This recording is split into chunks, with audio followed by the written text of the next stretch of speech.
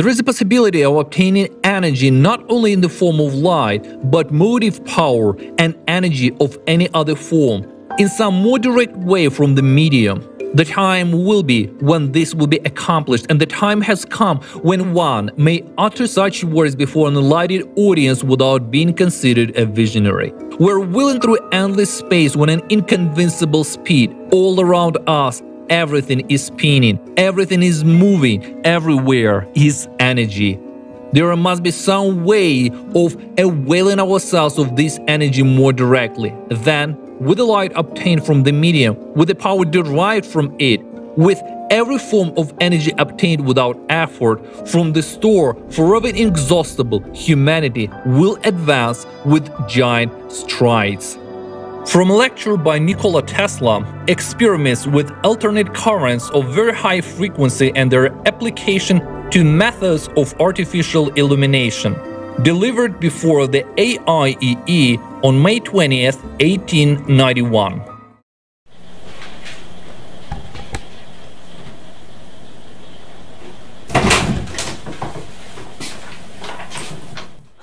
How long are you going to freeload of me? Look at this bill. How are we gonna pay for it? And don't forget about daycare and the next credit payment. Great, now the power's out. What are we even paying for? Go out and earn some money.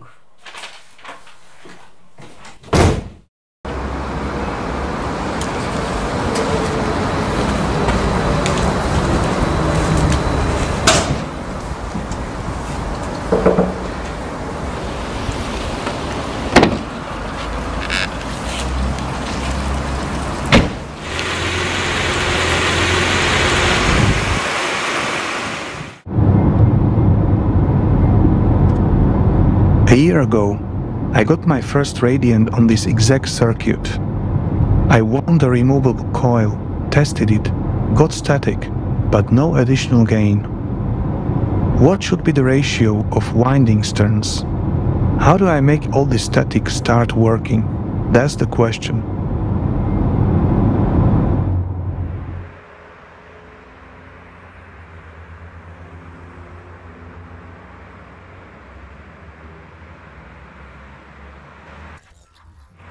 Wait, what about the grip on the horizontal device? There's resonance at 1.66 MHz, and it's absolutely unclear why that frequency is involved. I rewound a bunch of coil options with wires of different lengths, but the frequency capture still remained at 1.66 MHz. All other options with my KH schemes didn't work either. It seems it's not related to the KH at all.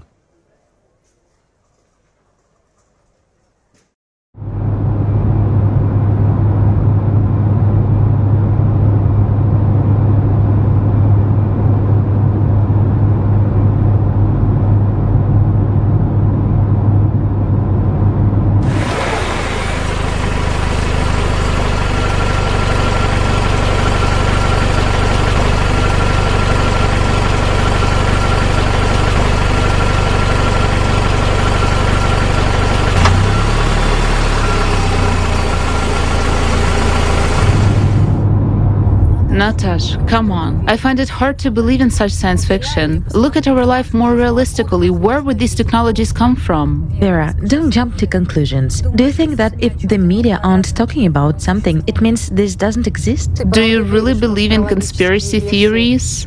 That they don't let us live a full life by hiding technologies? It's not that I believe in it. I know it, because I work in a patent office as part of my job and I've seen a lot. You can't imagine the amount of rejected patent applications. Those are patents that are not allowed to see the light of day because they contain technologies that go beyond the established limits. They keep us within these limits and deliberately slow down scientific progress, not allowing discoveries that could, for example, make all energy free. This is free energy, do you understand? We would already be living completely differently if these technologies were made public. Natasha, but how do you know that those rejected patents really work? Did you check them? Once in the 60s, the Japanese government approached us with an offer to sell them. A founder rejected applications. It would have been a profitable deal. They offered good money. You know what a commotion it caused in our Academy of Sciences? There was a categorical refusal, justified by the fact that it would cause great harm not only to our country, but to the whole world. Why do you think that is? After all, it is believed that the founder of rejected applications includes non-functional patterns that have no value. Perhaps the reason for this strange operation of the scheme are related to the pulsation of the Earth's magnetic field. Or, as with Don Smith, each coordinate of the planet corresponds to its own resonant frequency, and it is individual depending on the location on the surface. I should take measurements at my friend's cottage outside of the city. I'm willing to believe, but can you provide any evidence of existence, for example, of free energy? Vera, of course. We're actually going to those people now who are closely studying FFGs. They will tell you a lot. Stop. They're talking about free energy. Excuse me for interrupting. Do we have people in our city who are dealing with FFGs? Yes, this topic is being studied in the Creative Society. I'm sorry, we're in a hurry. Here, take the business card, please. Call us when it's convenient to you. We'll tell you everything. Thank you. All the best to you.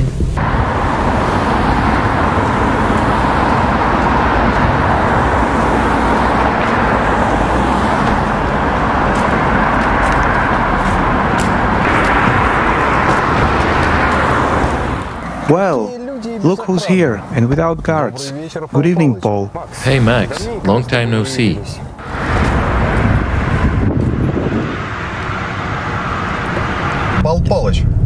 Paul, I've got a ticklish question for you.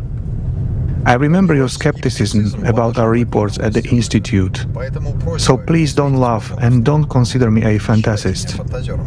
Come on, the most important thing in science is to understand the truth. What's your question? Paul, do you think a perpetual motion machine is possible? Don't rush to answer right away. Ever since the Institute was disbanded and you left for the defense industry, I've been studying this topic for many years. I can tell you... Max, don't let my ranks and regalia embarrass you. You know how hard it is to belong in academia, to play along with them, while observing the whole farce of academic science. Let me tell you a secret. Yes, what you are seeking is possible. And even more than that, such devices have long been known and studied in top-secret institutes. Can I count on this conversation staying between us? You do know me for a long time. All right. Once in my youth, I worked in a classified group of 5 specialists. The task assigned to us was to study a gravitational anomaly that arises from the overlap of a magnetic field with an electric field. It was a defense contract, as you understand, with almost unlimited funding. Sometimes it seems to me that in the modern world, without the defense industry, science would immediately lose its stimulus for development. So, the device was a huge copper coil, which excited a strong magnetic field around itself due to the current flowing through it.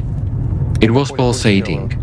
The entire coil was covered by a second winding, to which a voltage of 100 kilovolts was applied. The principle was simple, but we were not at all prepared for what we were about to encounter.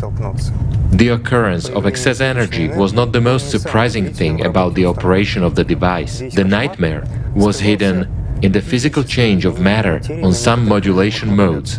The anomaly zone emerged and disappeared unpredictably, and it was impossible to control it.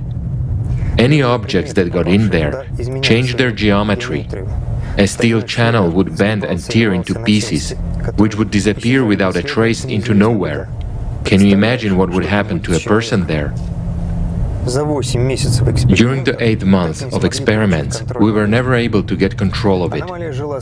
The anomaly lived its own life, as if someone invisible controlled this destructive force. Thrust vectoring would appear in the zone, and its direction would change. It resembled breathing. The anomaly was pulling matter in and out. The course of time was changing. It slowed down and accelerated, and voices and visions of unfamiliar worlds and beings appeared in the minds of those present there. I feel a chill down my spine. Playing with the field modulation, we went too far in trying to tame this anomaly. One night, after working late, we were about to leave, but I asked the group to test one hunch by abruptly turning off the magnetic field. As a result, there was an accident. A burst of unknown nature hit us with an explosive wave. The upper winding was torn apart, the equipment was blown off the racks, we were thrown against the wall of the laboratory, and our ears were ringing as a result of the concussion. A fragment of porcelain insulation injured my collarbone, and my colleague lost his kneecap. After that, it was decided to close the project and dismantle the device. Eventually, we were not able to take control over that power. Our group was disbanded. Given the seriousness of the problem, we took a vow of silence for the rest of our lives, and we were forbidden to use the results in our scientific work. Wow. You never told me you took part in this kind of research before. You never asked, and I'm not in the habit of blabbing. The story didn't end there. That was just the beginning of an exciting journey that stretched over many years.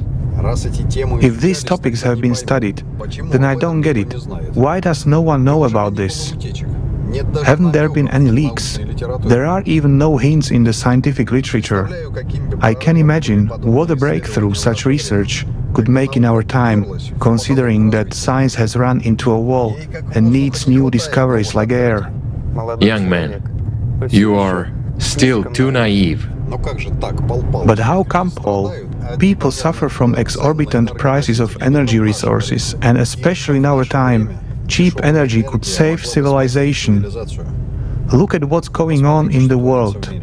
Every day 8,000 children die of starvation, while with free energy we can grow unlimited food all year round.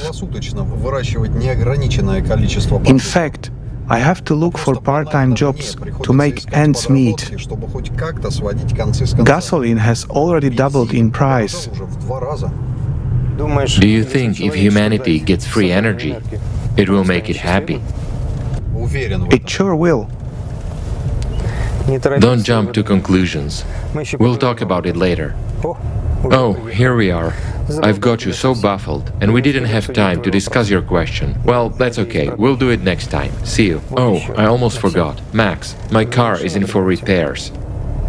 Can you pick me up tomorrow? Of course, Paul.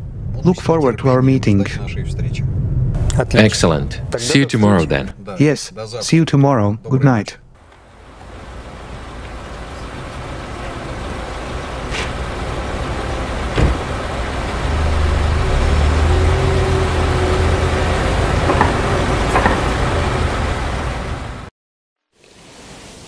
What am I actually doing here?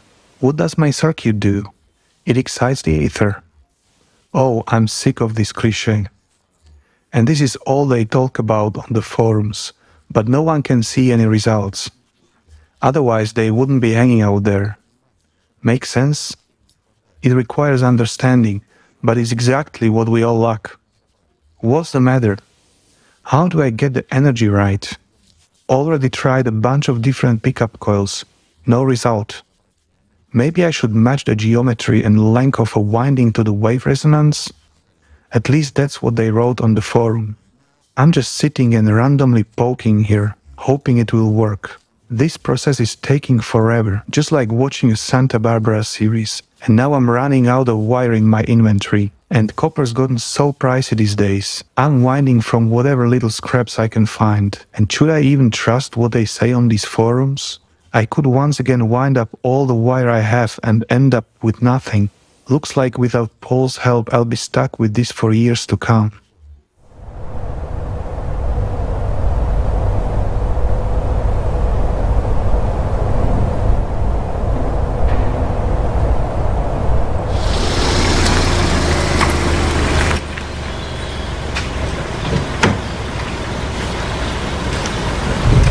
Hi, Max. Paul, you have no idea how glad am I to see you again.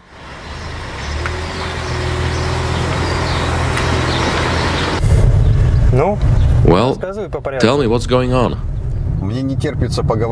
I can't wait to talk to you about the fuel-free generator I'm working on.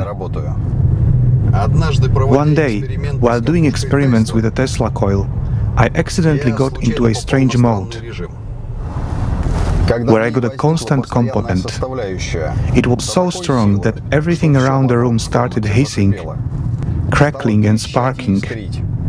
Positive charge was flowing everywhere, and it continued even after the power was turned off. You understand that this is inherently impossible, because we are dealing with a resonant transformer, and it can only work on oscillators. I lost my super expensive oscilloscope, and to make matters worse, my wife's laptop also fried, for which she gave me a rough-up. Where could such a powerful surge of static come from? I have only one theory, a grip of the medium. Okay. What do you mean by a grip on the medium? It's slang. It means excitement of the ether. Oh, I've got a feeling you actually have no idea what you're talking about. But why? I'm talking about ether. The medium is ether. Max, you employ the concept of ether so casually, as if you know what it's all about. But you're not alone in your unawareness. Unfortunately, nowadays, only a few people have the right idea about ether. And this is quite understandable, because the ether was thrown out of science back in its infancy. Have you ever seen the real Mendeleev's periodic table? What do you mean the real one? They teach it in school. Does it have anything to do with ether? And either way, Mendeleev was a chemist. Actually, it has a lot to do with it. Until 1907, the table of Dmitry Ivanovich had a zero group and zero period. There was a zero element by which Mendeleev meant ether. Immediately after his death, a deliberate falsification of the periodic system of chemical elements was started, and the ether was simply eliminated. In doing so, the remaining elements of the zero group were moved to the end of the table to the right, and periods were introduced.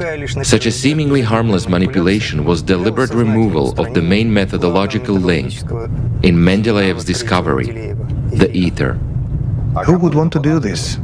The order to distort Mendeleev's immortal creation was given to Boris Menshutkin, the son of a close friend and comrade of Dmitry Ivanovich. This became a real betrayal.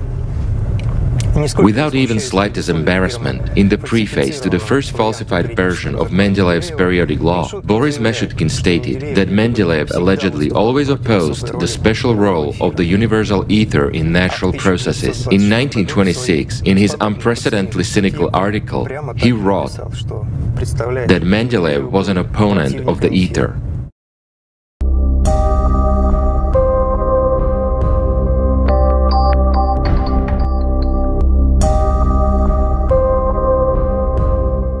Dmitry Ivanovich Mendeleev revolutionized natural science in the 19th century and laid the foundation for chemical science for all subsequent times. This foundation became the periodic law of the chemical elements, which Dmitry Mendeleev based on ether. Since the 17th, the question has persistently bothered me: what is ether in chemical terms? It is closely related to the periodic table of the elements, which aroused my interest, but only now do I dare to talk about it, wrote Mendeleev in his work An Attempt at a Chemical Conception of Universal Aether, published in January 1903 in the journal Bulletin and Library of Self-Education. Why did element X disappear from Mendeleev's periodic table? Today, this is a matter of principle for us. The ecological catastrophe that humanity is experiencing today occurred as a result of the use of hydrocarbons as the main source of energy for modern civilization, while ether technologies would have opened up access to an inexhaustible source of environmentally clean energy. Who benefited from this? Dmitry Mendeleev's periodic table of the chemical elements was first published in the spring of 1869. In it, the Russian chemist was able to group and arrange the knowledge about every chemical element in the form of a practical table. that is now familiar to every student. Unfortunately, not every country recognizes Dmitry Ivanovich Mendeleev as the author of this table, and few know the most important secret of the scientist's discovery. On a page from the Principles of Chemistry, Mendeleev wrote a note by the symbol for the hydrogen that can be deciphered as follows: Ether is the lightest of all by millions of times. Apparently, ether was considered by Mendeleev to be the lightest chemical element. In the well-known Larousse Concise Encyclopedia of 1898, the classical definition of ether is given as a weightless, elastic liquid that fills space, penetrates all bodies, and is recognized by a physicist as the cause of light, heat, electricity, etc. This fact suggests that the concept of ether was widely known at that time, and in the 19th century its existence was not in doubt. When describing the Universal Aether, Mendeleev regarded it as an element that is ubiquitous and all-pervasive, incapable of chemical bonding.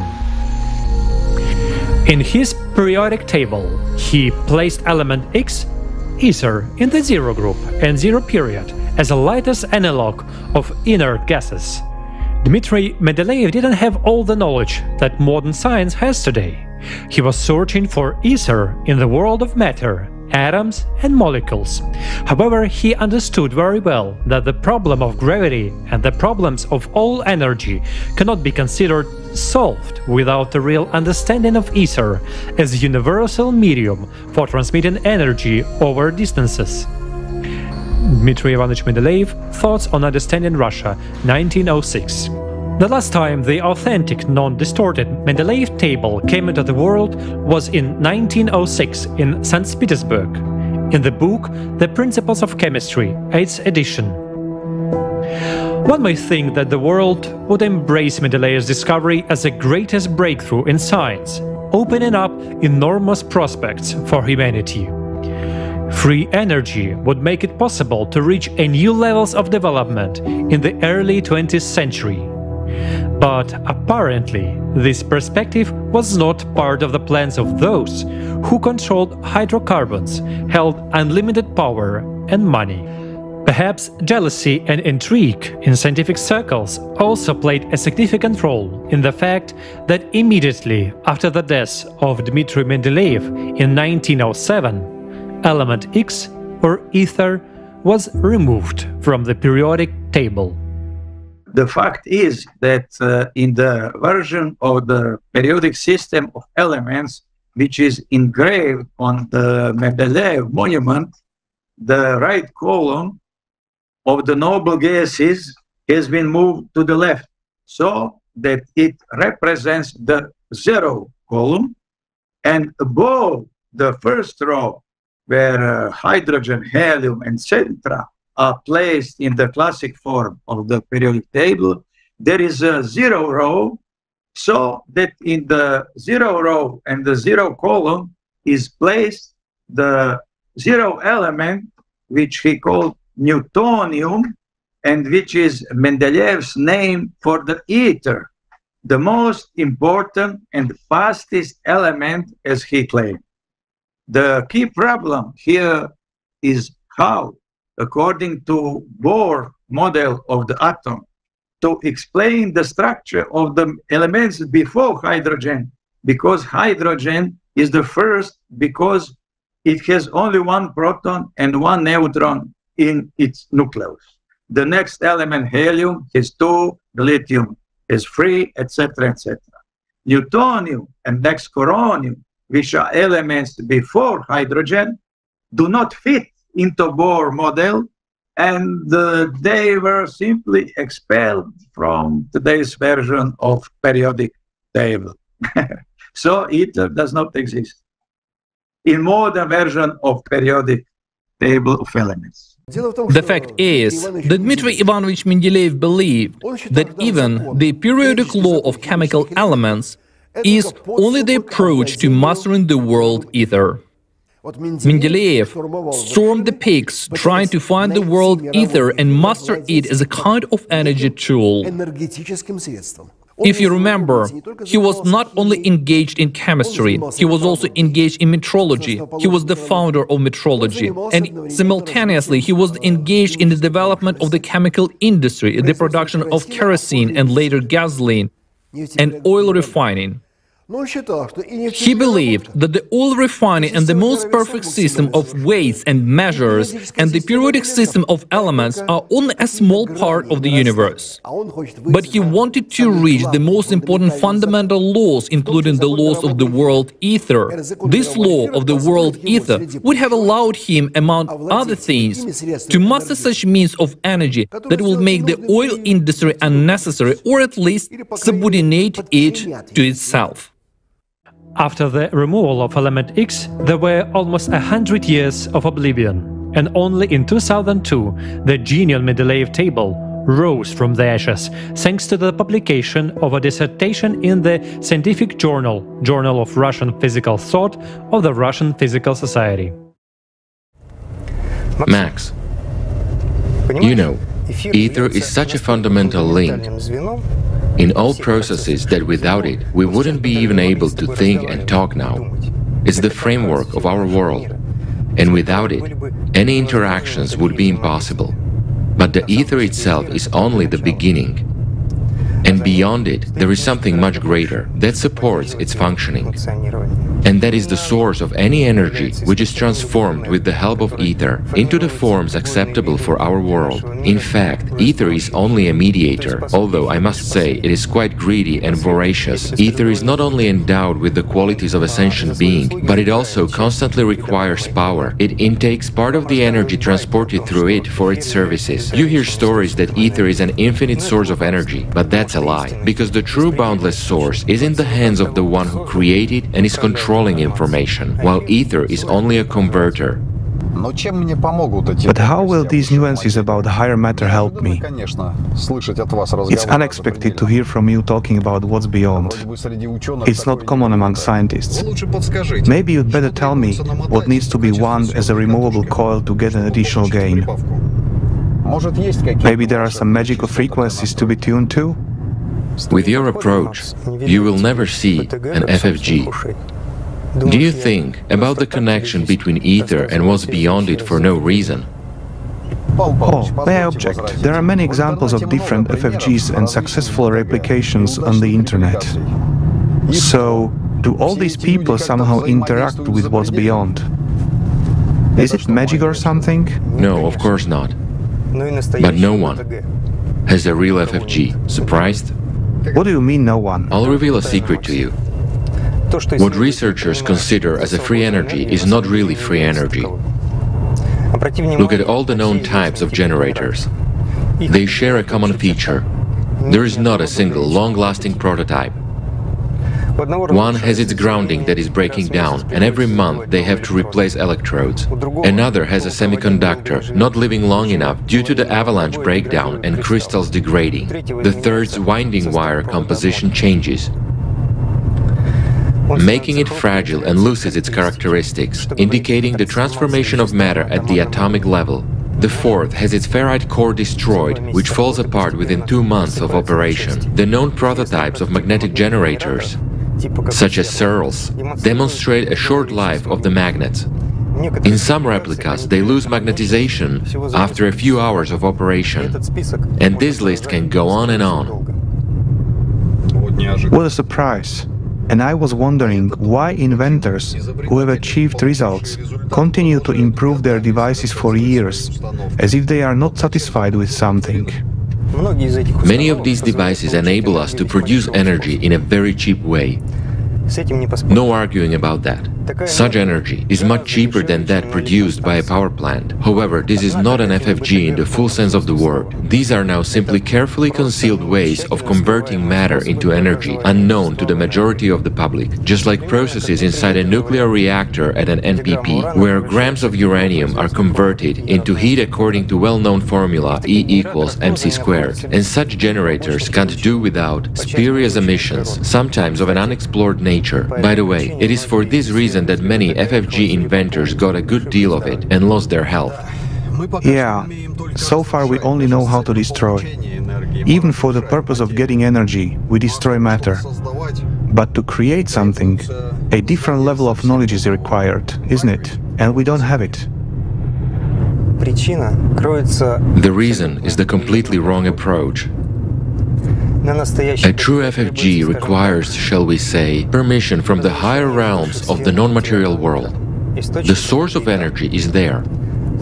You know, when I was young, my approach to energy was purely mechanistic, just like yours. I perceived it as a thing that could be manipulated. It seemed to me that all I had to do was tweak it here, solder it there, wind it over there, so everything would work out and energy would flow.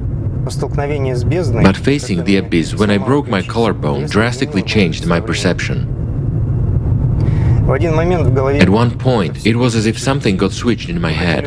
We wanted to control it and we were shown our place, making it clear that we are just ants before the real intelligent force. You see? Yes, but what about the injustice happening in the world? The rich get richer, the poor get poorer.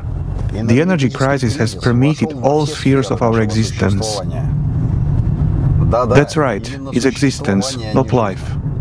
We are forced to merely survive, wasting ourselves on artificially created problems. Such injustice makes me want to hope. I will help you, but only to the extent that I am myself allowed, and the rest is up to you. You're a smart guy. To get access to the real source of free energy, you will have to focus on your own spiritual development, and I am no help to you there. But as for making a simple converter of small power, it's doable. It will be more than enough for you and your family. Paul, at least give me a hint, and I would be immensely grateful to you. Let's apply it to the result you got. What did you get? You get a constant constituent, right? And this is a sign that you have opened a window into the next dimension. Simply put, you accidentally managed to excite the cells of the etheric grid, and they straightened out your impact with a response in the form of a static with a positive sign. That's why all the objects in your apartment started literally pouring out positive potential.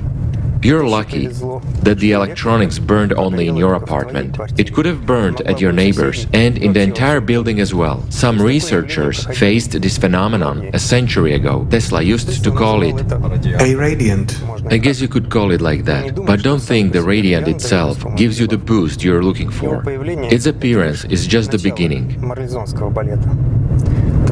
Your coil will have to sound, in the literal sense of the word.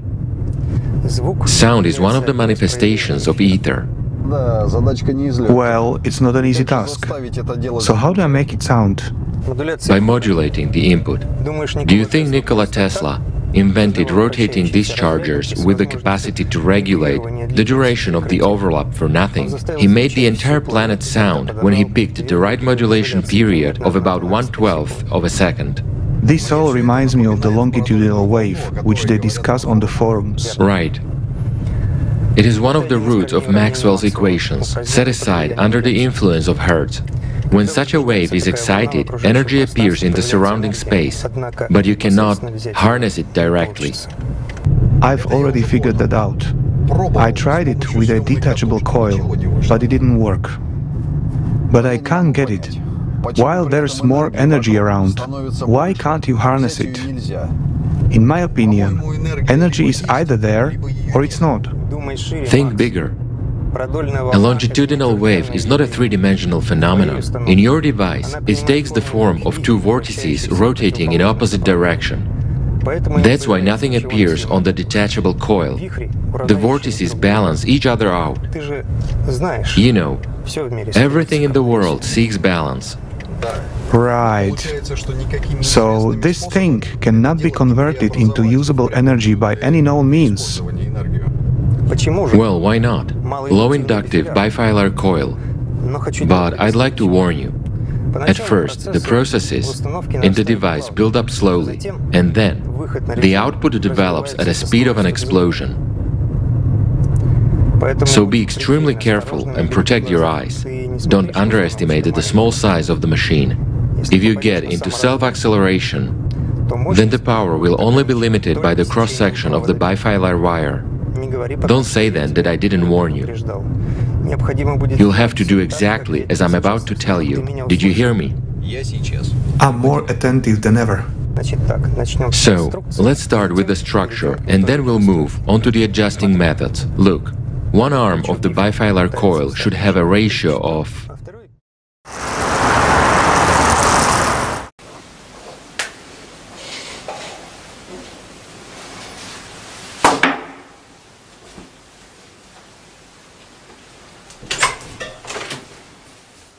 The power has been turned on and off several times today. The fridge has burned down. Here. That's all for today.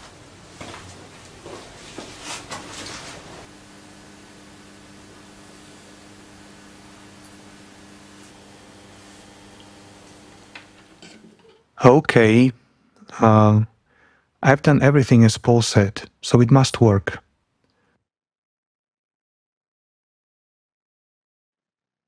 First thing is modulation. We select the amplitude of the static to the maximum.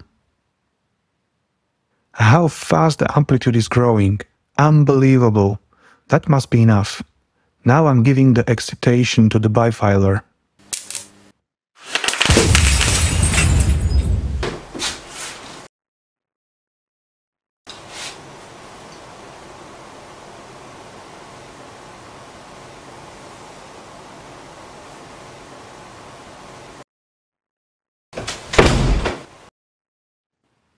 Wow, what a success. It really works. But there's too much power, too much excitation of the bifilar. Also, it is necessary to stagger the parallel circuit a bit. The circuit will have to be resoldered. Everything has burned out. The blocking capacitor has been blown to pieces. Paul warned this could happen.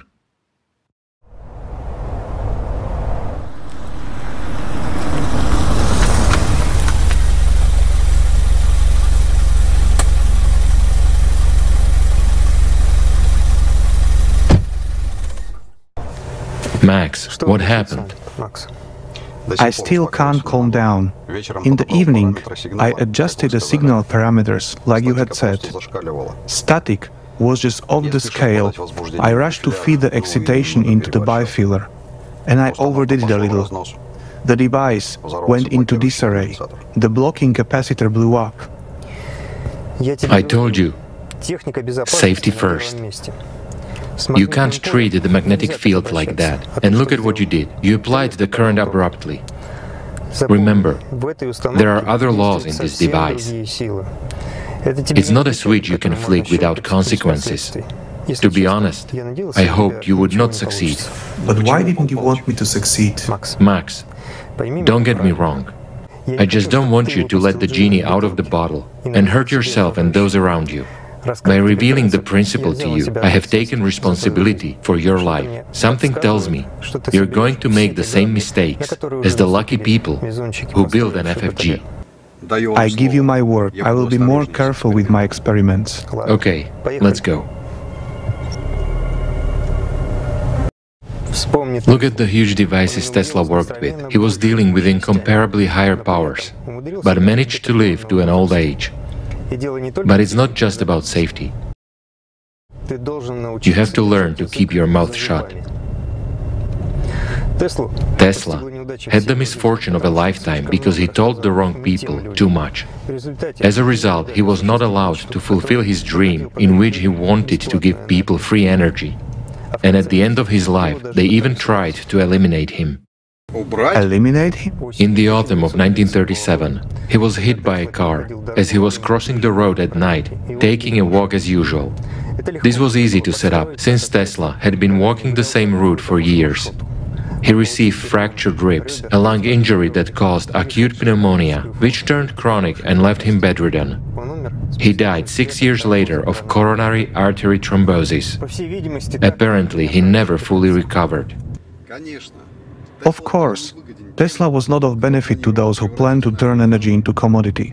And it is logical why they wanted to silence him. But he was probably too valuable of a figure for them to threaten him openly. Absolutely right. They tried to teach him to be silent more than once, but Tesla turned out to be prudent enough to patent an FFG openly. When he realized Morgan was going to screw him over, he decided to work for the future. He scattered his secret in separate patents. By combining them, a workable device could be assembled. Such a move made it possible to avoid the patents being badly distorted later on by those who tweaked them to fit the official science.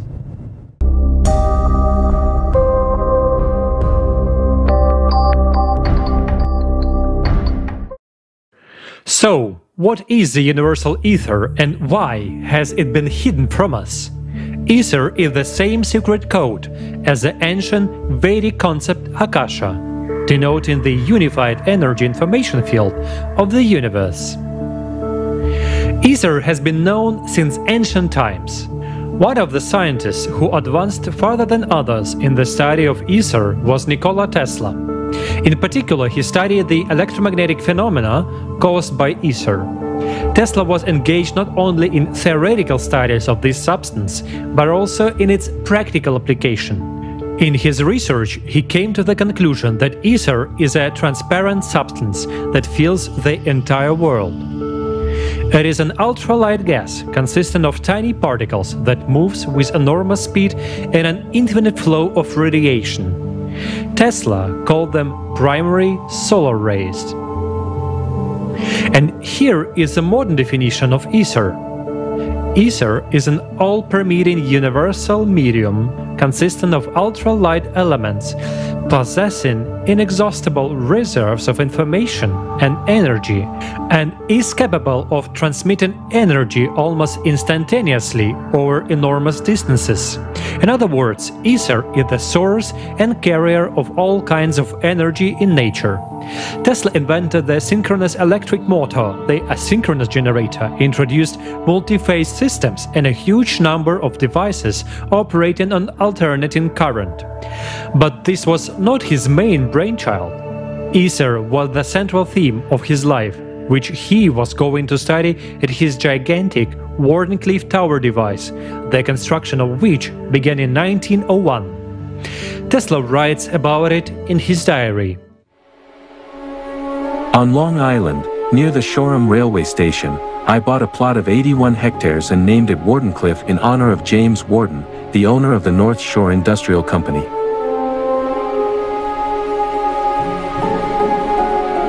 The construction of the tower progressed at a fairly rapid pace, despite the complexity of the structure. However, I couldn't complete it within 9 months, and in January 19 had to ask Morgan for an extension. He agreed to give me another 9 months and increased the financing. I was so glad that I changed my mind about Morgan. Yes, he twisted my arms, but he also made concessions. Even in businessmen of this level, something human wakes up when they are faced with projects, like my world system, I thought. I was born naive, and I'll die naive. It should be explained in more detail who Morgan was. Morgan John Pierpont Sr. was one of the greatest bankers and businessmen of his era, a Freemason. He was a representative of those clan families which rule the world, the so-called super elites, like John Rockefeller, Jacob Rothschild, and others. Morgan Sr. was the founder of the largest modern financing holding company, J.P. Morgan Chase & Company, with a market capitalization of $387 billion and assets under management of $2 trillion. This is how Tesla characterized Morgan in his diary. Morgan was a predator. He ate everyone who got in his way, he didn't tolerate sharing his profits with anyone, he liked to command and didn't like to negotiate. I was well aware that if he gave money, in return he would demand that he alone would have all the power. The most I could count on when dealing with Morgan would be a position of a technical advisor. I had heard about Morgan's way of doing business. Not only did he ruin his competitors, but also those who were not a threat to him, if they made him angry about something. If Morgan was dissatisfied with the service in a restaurant, he could buy the restaurant he didn't need just so he could throw the entire staff out on the street. When I went to Morgan, I knew that I was going to stick my head in the tiger's mouth. When I was developing the World System project, I had no intention of showing it to Morgan. I wanted to create the world system for the good of humanity, not for the enrichment of the Morgan family.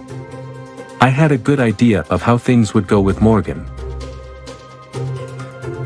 In return for the financing, he would demand guarantees, which would bind me hand and foot. A controlling interest in all common companies, a pledge of all patents, etc. And besides, all of this would be so well organized by his lawyers that he could throw me out at any time. I thought all night and part of the morning before I went to see Morgan. Not working, just sitting and thinking, weighing the pros and cons. I knew it was my only chance. And I knew that I couldn't give Morgan full control of the world system. Where the wolf will not pass, the snake will crawl, my father used to say. I decided to show Morgan only part of my project, the part about the world radio communications. I pledged my radio patents to Morgan and agreed that he would receive a 51% stake in our company, which would transmit and receive transatlantic messages. At that moment, I mentally praised myself for my foresight, for the fact that I didn't introduce Morgan to the other, central part of my plan. Once he gained control of the world system, he would become the energy king of the globe and dictate his will to governments and nations. Tesla was well aware that Morgan's people were among the technical staff during the construction of the tower, assigned by him to monitor where Tesla spends Morgan's money. After the underground part was built, it became clear to these spies that the tower was intended for more than just transmitting radio signals. This is what they reported to Morgan. That is how he found out that Tesla had tricked him. Tesla concealed from Morgan his true purpose for building the tower, which was to transmit power wirelessly across the entire planet. The revelation of the deception enraged Morgan, but he wouldn't have been Morgan if he showed his emotions, so he chose to act as always did, according to the principle revenge is a dish best served cold. Morgan had never forgiven even the slightest disrespect to himself, and here such a deliberate deception was revealed. Moreover, he realized the destructiveness of the Tesla's idea for his financial empire. That development would lead to the destruction of the entire industries, a radical reduction in coal and oil production. The big four world fathers of the modern version of the consumer's format, Morgan, Rockefeller, Warburg and Rothschild, decide to buy up and destroy Tesla's technology, while Tesla himself falls under the hood of the secret services controlled by them. But they didn't stop there. Using his enormous influence, Morgan undermined the trust of the other investors towards the projects of the great inventor by means of the controlled media to spread slander and pour dirt on Tesla and the work of his life, the Wardenclyffe Tower project. And to prevent Tesla from having any followers, the financiers started convincing the scientific community of the futility of his ideas. They dealt the main blow to the foundation of Tesla's energy, ether. And that's why there was an order to create a theory that would eradicate the idea of ether. The executors were found in the World Banking Center, Bern, where the Olympia Academy Scientific Circle was created and headed at the time by the unknown and unemployed Albert Einstein. As a result of his activity and the worldwide propaganda of the theory of relativity, the Congress of Society of German Natural Scientists and Physicians in Germany in 1920 was held. At this Congress, the notion of ether was officially abolished. This was a diversion in science, preventing the discovery of free energy of ether. Since then, humankind has been forced to exist within the frames of hydrocarbon energy. As a consequence, we see a global destruction of ecology. We know that energy is the basis of economy production, but essentially the possibilities of existing theories all around us. But mainstream science artificially maintains the status quo exclusively in the interest of those who finance their work. And that is why scientific development is being limited today, by my opinion. All of us as a society and as individuals, have a great responsibility towards the present and the future. As a long-time researcher of Tesla's heritage and especially ancient Vedic knowledge, I am absolutely sure that the future of civilization lies in the Tesla's ether technologies. Science and spirituality is the right path to follow, and it is exactly the one we left 120 years ago and to which we should return if we want to move on. We have to back to Tesla ideas. Tesla realized that he had initially started doing business with the wrong people, and subsequently he said, I am well aware that many of the ranks of the military leadership receive royalties from the military industry. It benefits them more to make as many weapons, uniforms, etc., as possible. They benefit from making the war last as long as possible. My device will deprive them of profits. I no longer toil for the present, I toil for the future. The ideal world as I see it is a world without famine, wars, or wires. Did you know that Tesla's most significant work on ether technology is classified? What you can see in the public domain is not everything he actually did.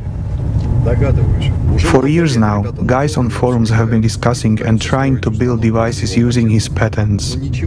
But nothing that goes beyond the known physics can be found in them. It feels as if his work has been edited and adopted to the official science. Of course, otherwise everyone would have an FFG today. Take the Wardenclyffe Tower project. Well, isn't that funny? They're trying to sell us a cheap fiction story that Tesla wanted to transmit energy through the conductivity of the upper atmosphere, but they don't focus on the underground part of the tower. That's where the explanation should have been looked for. Paul, what do you think about the connection between Tesla and Tunguska disaster? My answer would be a bit vague. One of his areas of interest was free transmission of energy over long distances in the form of toroidal formations. This is not an electromagnetic or sound wave. Science denies the possibility of such a transmission method, but there are scientists who understand what it is. Ether is the medium that fills the entire space, to put it simply. And in this medium, all interactions are carried out and information is transmitted through it. They say that information is transmitted by electromagnetic and other fields. And what is a field? It is some variable way, and the wave arises necessarily in some kind of medium, so that it really exists.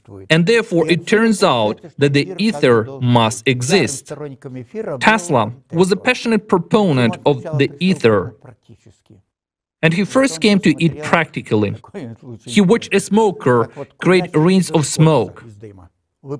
What's a ring? It vibrates, it twists and crawls, but it doesn't disintegrate. The smoke doesn't just dissipate. Imagine how interesting. It keeps a heap and is spinning at the same time. Kind of a torus that spins and it goes. Then somewhere in the distance it dissipates. Later on, he did an experiment by blowing these rings in the water. He took a vessel with an ink solution and heat it, and through the hole of colored ring would come out, and it would come out and crawl and break when it got to the end of the top. And then it hit him. Genius as he was, that's actually ball lightning. Why ball lightning doesn't disappear like normal lightning? You know, a spark hitting gone at once, a short circuit, but the ball lightning exists and is living. After it comes somewhere, it explodes, and no one knows when.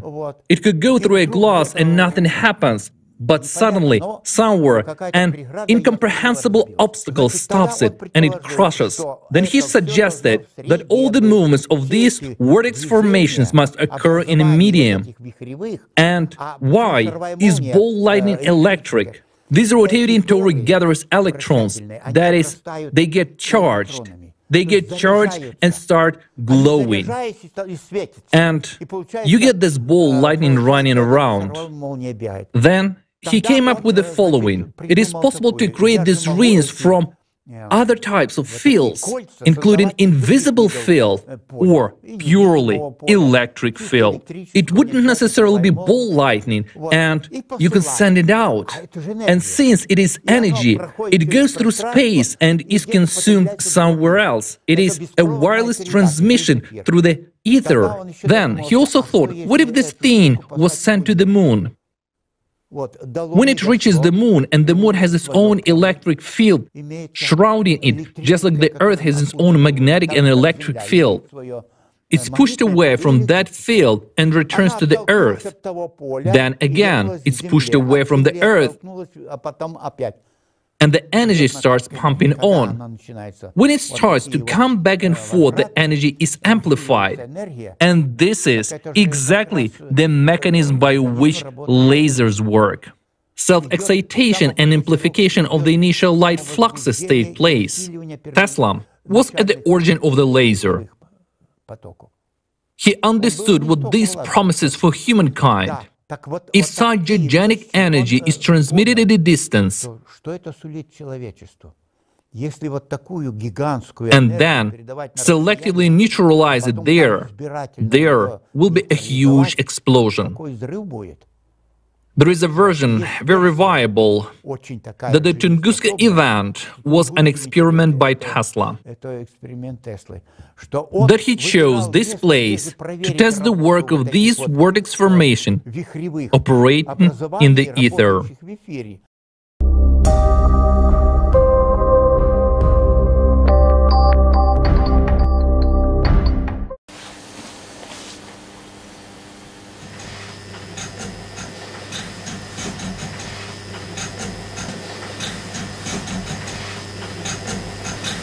Hooray! The output stage and check the pulsation.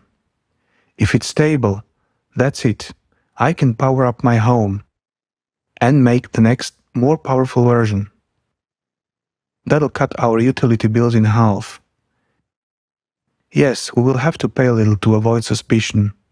Second point, be sure to share the scheme, otherwise the risk of keeping it in just one place is too great. That place becomes unsafe.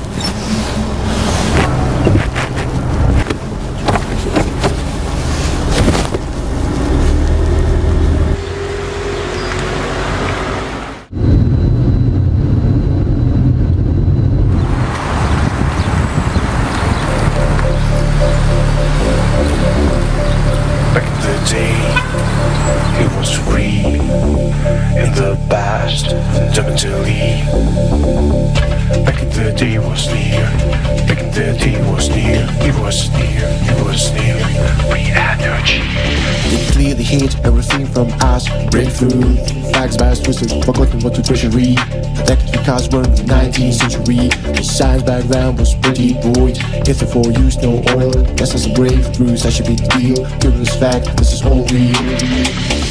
Do you think it's all a dream? And why are they hiding the stuff? Although surprised faces seen, we still don't know much.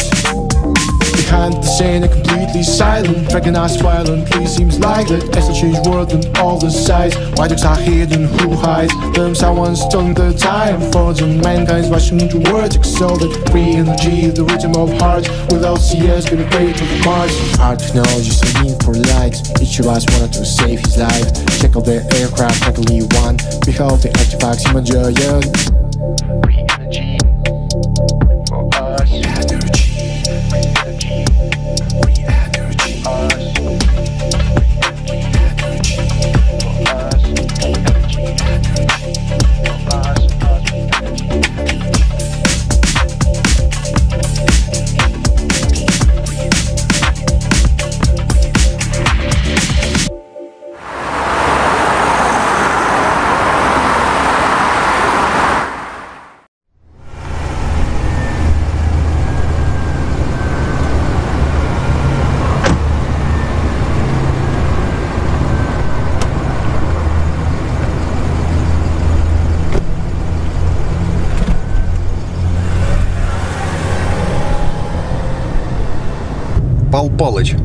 Paul, I can't express how grateful I am to you. I still can't believe it's working. It took several sleepless nights to stabilize the operation of the device. By a small looseness of the circuit, it was possible to prevent overclocking and going out of control. I replaced the blocking capacitor with a good quality film. It's barely warm now. Well done. You are really quick on the uptake. Persistence has made your dream come true. I've got one question for you, and I guess I know your answer. Let me guess.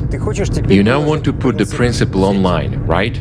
Yes, I just can't watch people suffer like that, trying to make ends meet under the current pressure from the elites. I want to at least help ease the hardships of an ordinary person, make him less dependent.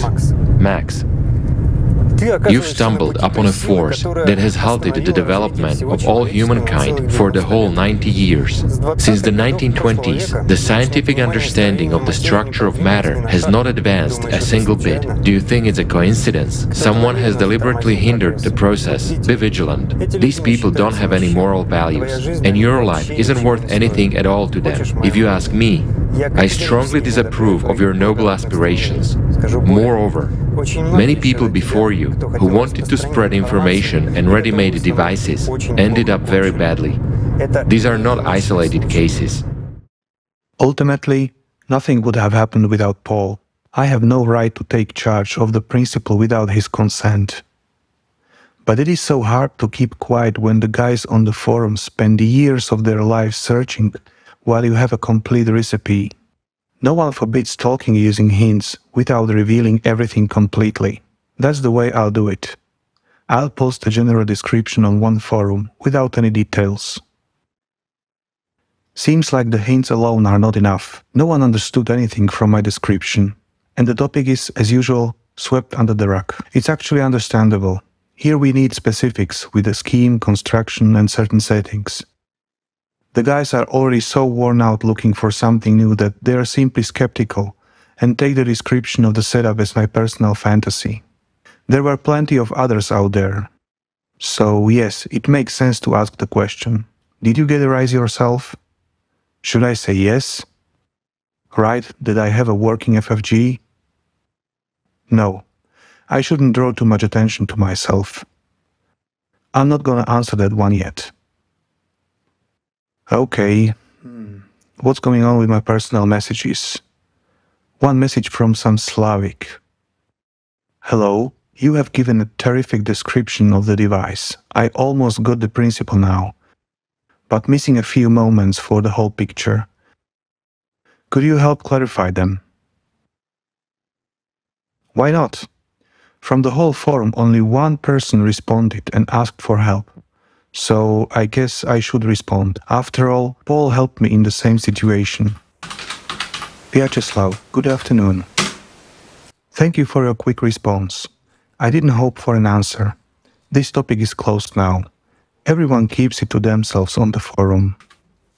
Yeah, no one seems to have understood my description.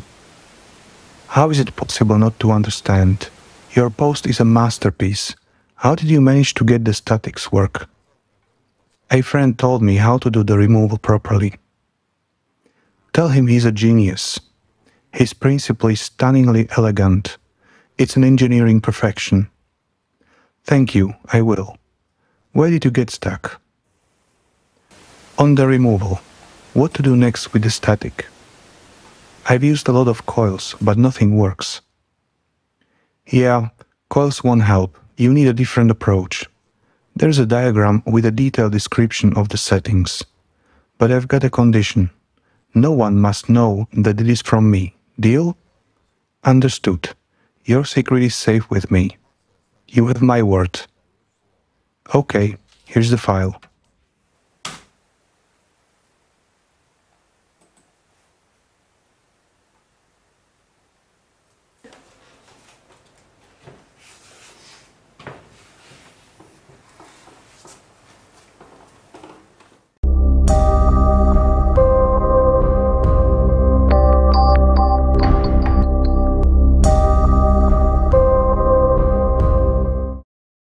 Only our ignorance makes us use fossil fuels.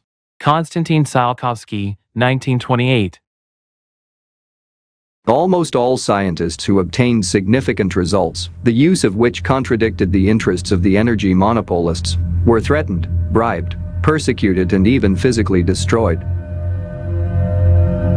Here are just a few examples.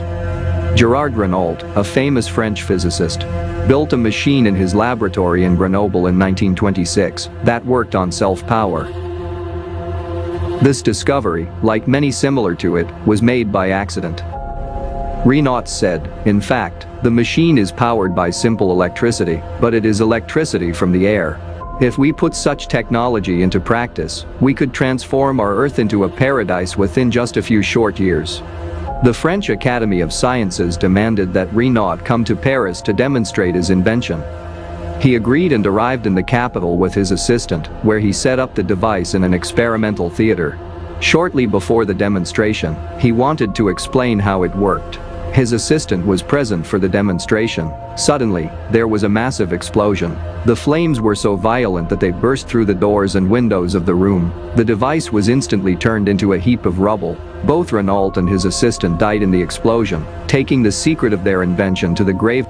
American physicist Lester Hendershot created generators with no visible source of energy, after which he was accused of quackery. Lester took the public's reaction into account, and by 1960, in addition to 2 new generators, he also produced 56 pages of documentation, explaining to humanitarians that the Earth is a giant magnet, capable of delivering hundreds of billions of volts to humanity every day. Lester sold his invention for $25,000 to a large corporation, whose name he never disclosed until the day he died. The condition of the deal was that he wouldn't build a single similar device for the next 20 years.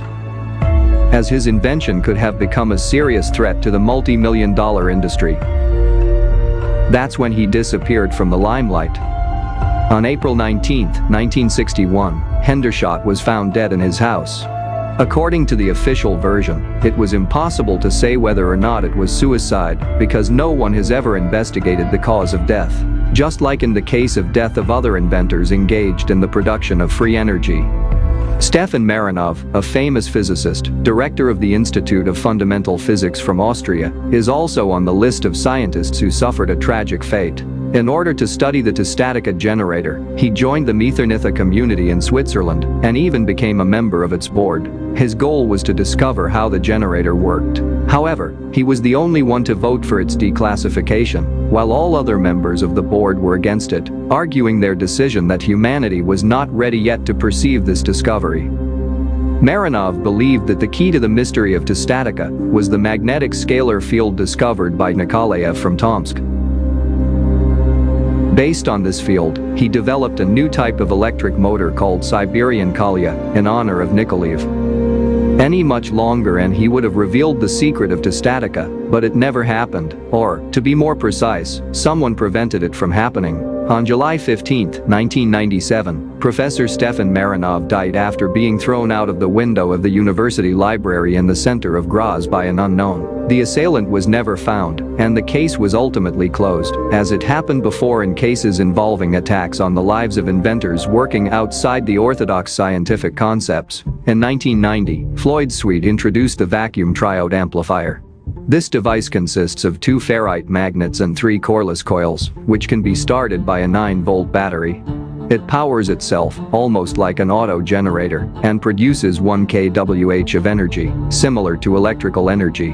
Why not electrical, but similar to it, can be seen from the following properties. When the output wires are short-circuited, they don't heat up, but rather become covered with frost. And when you get hit by the current, you get a frostbite, not a burn. Gravitational anomalies were also observed when the generator was running. Floyd was threatened many times, implying that accidents sometimes happen to people who defy the wishes of those in power. Floyd Sweet died of a heart attack in 1995. The inventor's widow entrusted Floyd's archives to a famous automobile concern, and since then, their fate is unknown. A Ukrainian Andriy Slobodian was among those who tried to create a working fuel-free generator. The most famous of the devices proposed by the inventor is a magnetic engine generator operating on bifilar coils. It powered itself. Finding no support in his homeland, Slobodian moved to Korea. He died under strange circumstances in late August of 2020. It happened in Seoul, where he had a laboratory and a joint company with the Koreans called Infinity Sav. According to the official version, he suffocated from smoke when the air conditioner in his hotel room caught fire. Andriy's team was able to prepare several prototypes of devices for commercial production and sale, but that seemed to be the end of it. I personally had a meeting with Andrew Slobodian in South Korea. He's from Ukraine, although he graduated from Bauman University here, and I talked to him and I saw his devices. I was just amazed, of course, at what he did. Of course, Andrew Slobodian is a genius. He is a genius of the same rank as Tesla, Nikola Tesla, right? And it is natural that such a person should be supported in every possible way at the state level. But, however, it happened the way it happened. After he charged the Tesla car, he charged it in 13 hours with that generator, which he had demonstrated to me personally, and I saw it all. And after that, literally, in 2-3 weeks, the misfortune happened. As you know, he died. Officially, it is believed that he suffocated in a fire, but somehow I personally have doubts about how he died. In fact, from the very beginning, there was nothing but trouble. So when I look at this story today, I ask myself if I would do it again. We were insulted. Scientists, physicists, and our partners were insulted. I can tell you today that our research, our technology was no longer published in Germany. There was a so-called public ban for many years. Can you imagine that? Article 5, Section 5, Paragraph 3, Basic Law. There are questions, and I tell everyone about it. I had goosebumps when we're trying to publish research on the topics we are exploring today. It was just rejected. Looking back, I must say that it was complete madness. And after that, a huge stream of dirt poured on us. There was no Nobel Prize or anything like that at the time. But today, I have to say that everything was right. I mean, all the difficulties that have arisen over the years, block accounts, accusations, and denunciations, it's just unbelievable, isn't it? This is not a complete list of scientists who could have changed the future of all humankind. Unfortunately, unique inventions and technologies have disappeared without a trace or are kept in someone's vaults. while the inventors themselves sometimes passed away under mysterious circumstances. What many cases have in common is that the investigation was either never conducted or never given any results, and even if it did, the result was never disclosed to the public. But it was not only the inventors trying to extract energy from ether who were eliminated, but also those who stood in the way of hydrocarbon energy. Renowned inventors like Diesel, Schauberger, Filimonenko, Meyer, Clem, and many others were among them.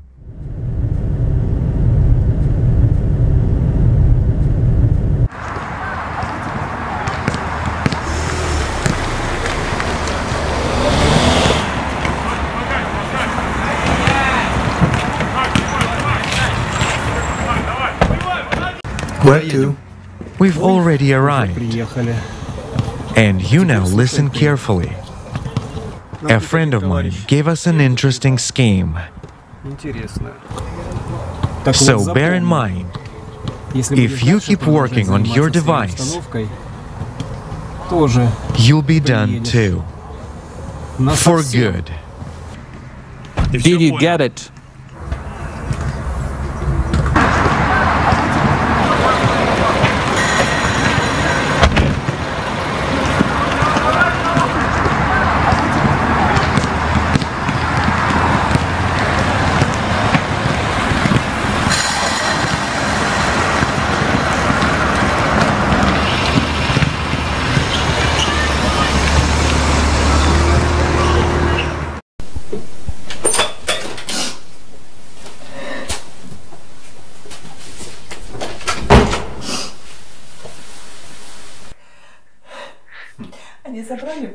They took away my phone, smashed all our appliances, took away your device and said, "They'd kill me if you keep doing this."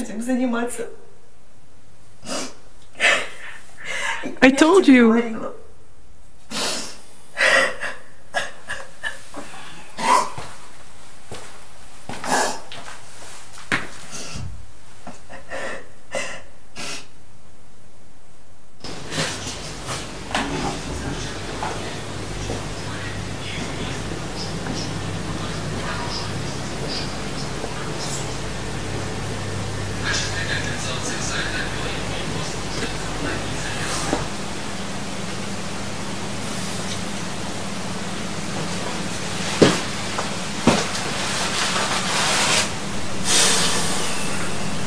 Well, minus the TV, computer, phone.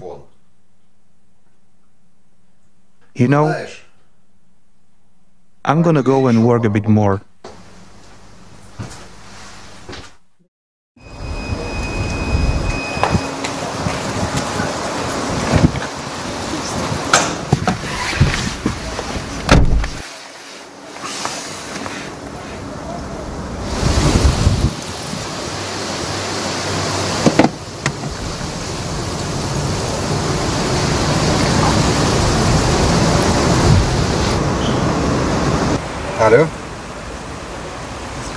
Hello, is this Vera? Yes, I'd like to come over and get to know the Creative Society project a little better. Oh, so... I can come over right now. Right, thank you, I'm on my way.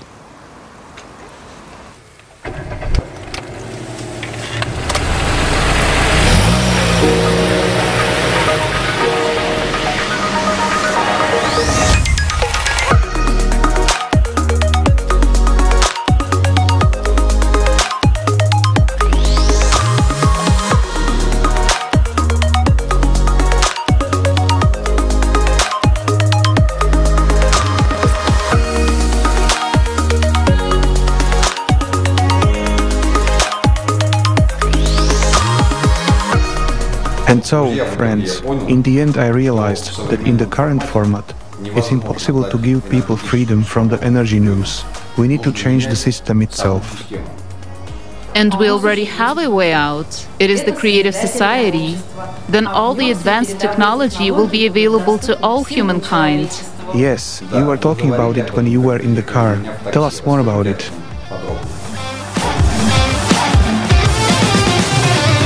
Creative society is a world where everything serves to improve your life. Every minute.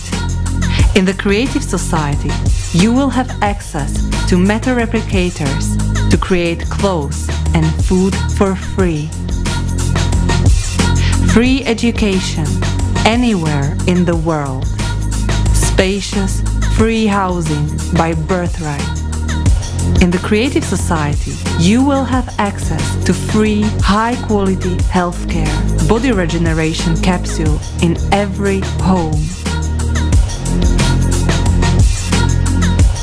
Safe transport and a unified emergency service everywhere.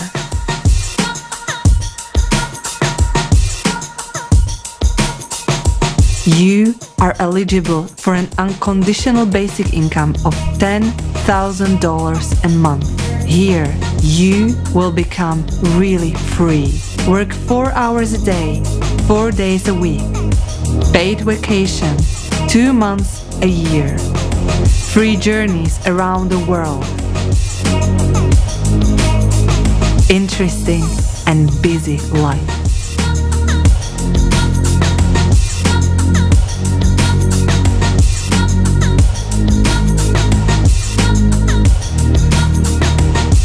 In the creative society, all of this will be available to every person.